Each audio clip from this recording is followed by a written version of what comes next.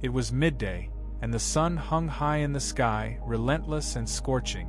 The heat radiated from the ground, creating wavering layers of air that danced before the eyes. Most people in the village of Sichar chose to remain indoors, seeking refuge from the oppressive rays of light and the weight of their daily lives. They tended to their chores, sharing quiet moments in the shade, gossiping in hushed tones about who was doing what or how they were faring in the heat. But one woman ventured out into the blazing heat, choosing to make her way to the well alone. She had learned to embrace solitude, for she wasn't welcomed in the company of others. Instead, whispers followed her wherever she went, rumors about her past, her shame, the choices that had led her to live on the fringes of her community. The other women who came to draw water would often cast sidelong glances her way, their words dripping with judgment. So she preferred to come at midday when no one else would be there, relieved to avoid the prying eyes and murmurs. As she approached the well, her heart felt heavy. Each step was a reminder of the isolation she had faced for so long. Yet, as she neared her destination, she noticed something unexpected, a figure sitting at the edge of the well. It was a man, and he bore the unmistakable features of a Jew, an identity that would typically make him an object of scorn in her eyes. Jews and Samaritans, especially men and women, had a long history of animosity. He shouldn't have spoken to her, let alone address her as a woman. She felt a wave of apprehension wash over her. As she neared, she hesitated, caught between her desire for water and her instincts to retreat. "Give me a drink," he said, looking at her with eyes that seemed to pierce through the layers of her guarded heart. She blinked, taken aback. "You, a Jew, ask me, a Samaritan woman, for water?" The incredulity in her voice revealed her discomfort at the cultural divide that separated them. He didn't flinch or pull back from the conversation. Instead, he maintained a calm composure. "If you knew who I am," he replied, a hint of warmth in his tone, "you'd ask me for a drink, and I would give you living water." Living water. The words pulled at her curiosity. Her life had been a relentless cycle of thirst, both physical and spiritual. She had visited this well countless times, drawing from it the water that temporarily quenched her thirst, yet it did nothing for the deeper longings of her soul.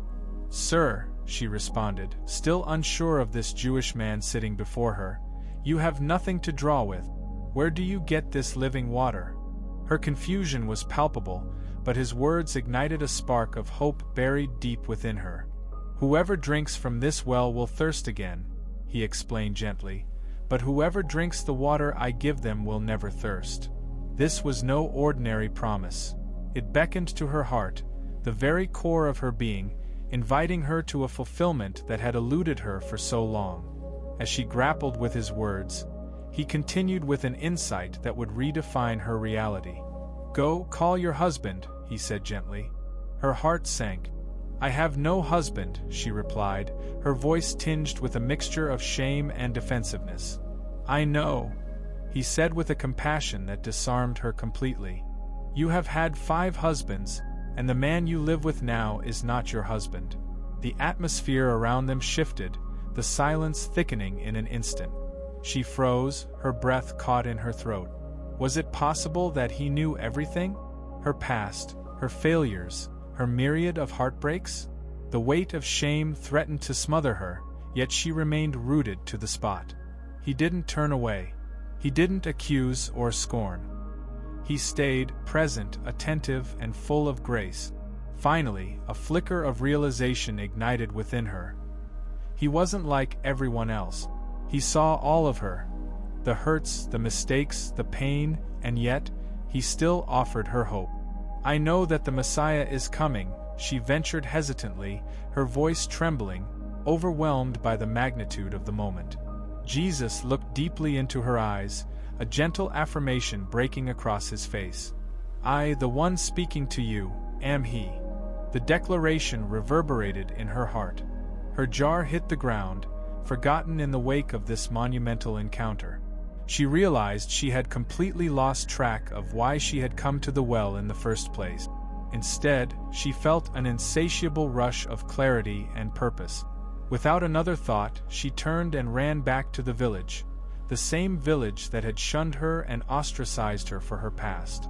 Breathless and exhilarated, she shouted to anyone who would listen, "Come and see a man who told me everything I ever did and didn't walk away." Her excitement was infectious, drawing people to her, curiosity piquing in their hearts.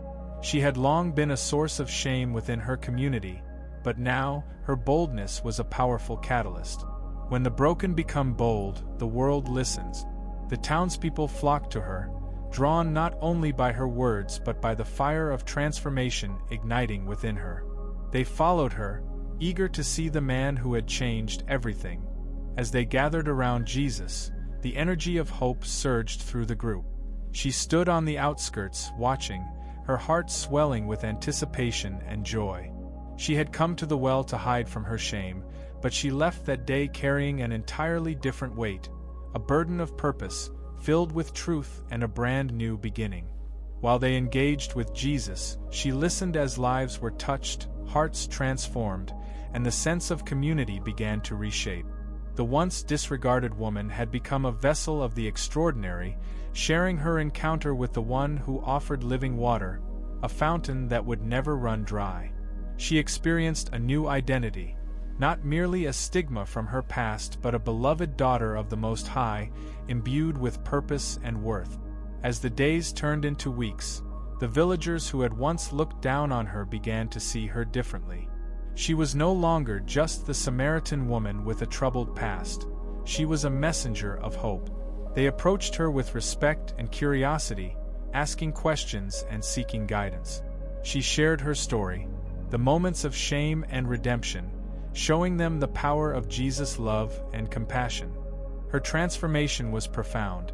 She had discovered a new way to exist, one filled with the living water that quenched her deepest thirst. The air was filled with the fragrance of renewal, and what was once a source of shame was now a powerful testament of God's grace. The story of the woman at the well traveled beyond the borders of her village, echoing through time and touching countless hearts. Her encounter became a symbol of acceptance, illustrating that no one is out of reach of God's love. She helped open the eyes of others to a beautiful truth, that irrespective of the depths of their failures, Jesus sees them, knows them, and extends living water, an invitation to deeper life and restoration. As she grew in her faith, she would often recall the significance of that day at the well, the pivotal moment when her world shifted. The weight of shame was lifted, replaced by an exhilarating desire to share the love she had found. Her heart brimmed with gratitude, for she had learned that even the most broken among us can become conduits for God's grace, turning others toward the living water that quenches all thirst. And so, the story of the Samaritan woman serves as a powerful reminder that sometimes the most profound connections arise in the most unexpected places.